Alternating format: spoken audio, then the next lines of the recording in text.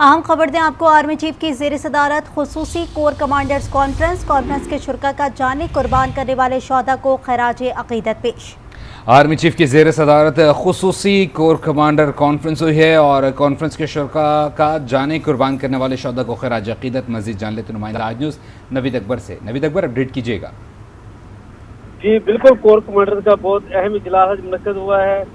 یہ یک نکاتی ایجنڈے کے اوپر یہ ہوا ہے، جو پرویلنگ جو سچویشن ہے اس کے اوپر جو موجودہ صورتحال ہے۔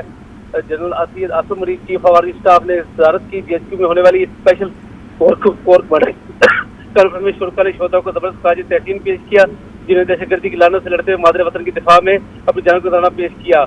فورم نے ملک میں سیکورٹی فورس کی کامیاب اظہار دہشت گردی اور انٹیلیجنس بیسڈ آپریشن، خاص طور پر مسلم باغ حملے میں فوجیوں کی طرف سے دیے گئے دلیرانہ جواب کا اعتراف کیا اور تصویر کے بہادر بیٹوں کی عظیم قربانیوں کو زبردست خراج تحسین پیش کیا۔ فورم کو موجودہ اندرونی اور بیرونی سلامتی کے ماحول کے بارے میں تفصیل سے آگاہ کیا گیا۔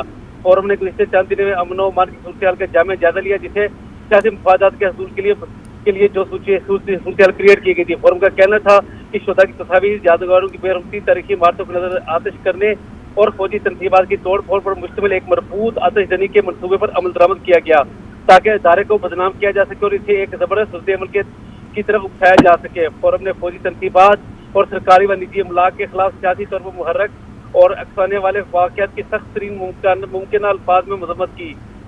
کور کمانڈر نے کہا کہ ان افسوسناک اور ناقابل قبول واقعات پر فوج کے رینکس اور فائلز یعنی کہ سپاہی سے لے کر اوپر جرنیل تک سب میں غم اور جذبات کا سخت غصہ پایا جاتا ہے، سخت جذبات کا اظہار کیا جاتا ہے۔ یہ بھی کہا گیا کہ اب تک جمع کیے گئے ناقابل تردید شواہد کی بنیاد پر مسلح افواج ان حملوں کے منصوبہ سازوں کو اکسانے والوں اور ان کی حوصلہ افزائی کرنے والوں اور مجرموں سے بخوبی واقف ہیں اور اس سلسلے میں بگاڑ پیدا کرنے کی کوشش کرنے والوں کو بالکل جو ہے ناکام اس کی کوششیں منائی جائیں گی۔ فورم نے اس عزم کا اعادہ کیا کہ فوجی ترتیبات اور سامان کے خلاف ان گھنونے جرائم میں ملوث افراد کو پاکستان کے متعلقہ قوانین، باشمول پاکستان آرمی ایکٹ اور آفیشل سیکرٹ ایکٹ کے تحت ٹرائل کے ذریعے انصاف کے قطع میں لایا جائے گا۔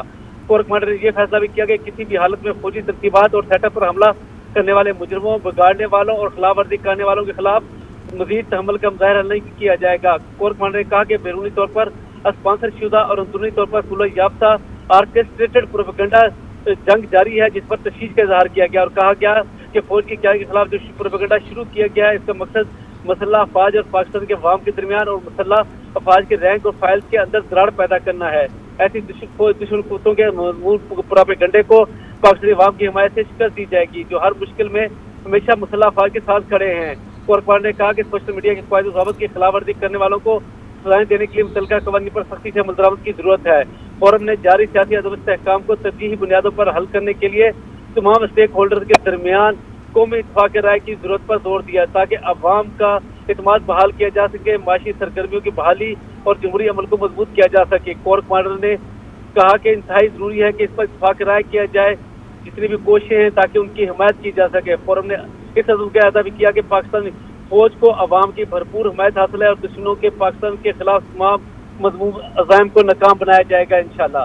جی، کور کمانڈر کانفرنس نے سیاسی بنیادوں پر ہونے والے ان واقعات کی شدید مذمت کی ہے، جبکہ فوجی تنصیبات کو نقصان پہنچانے والے اور ادارے پر الزامات لگانے والے افراد کے خلاف پاکستان آرمی ایکٹ کے خلاف کارروائی کا بھی فیصلہ کیا گیا ہے۔ آرمی چیف کی زیر صدارت خصوصی کور کمانڈر کانفرنس ہوئی ہے۔ نوید اکبر اپڈیٹ کر رہے تھے، بہت شکریہ۔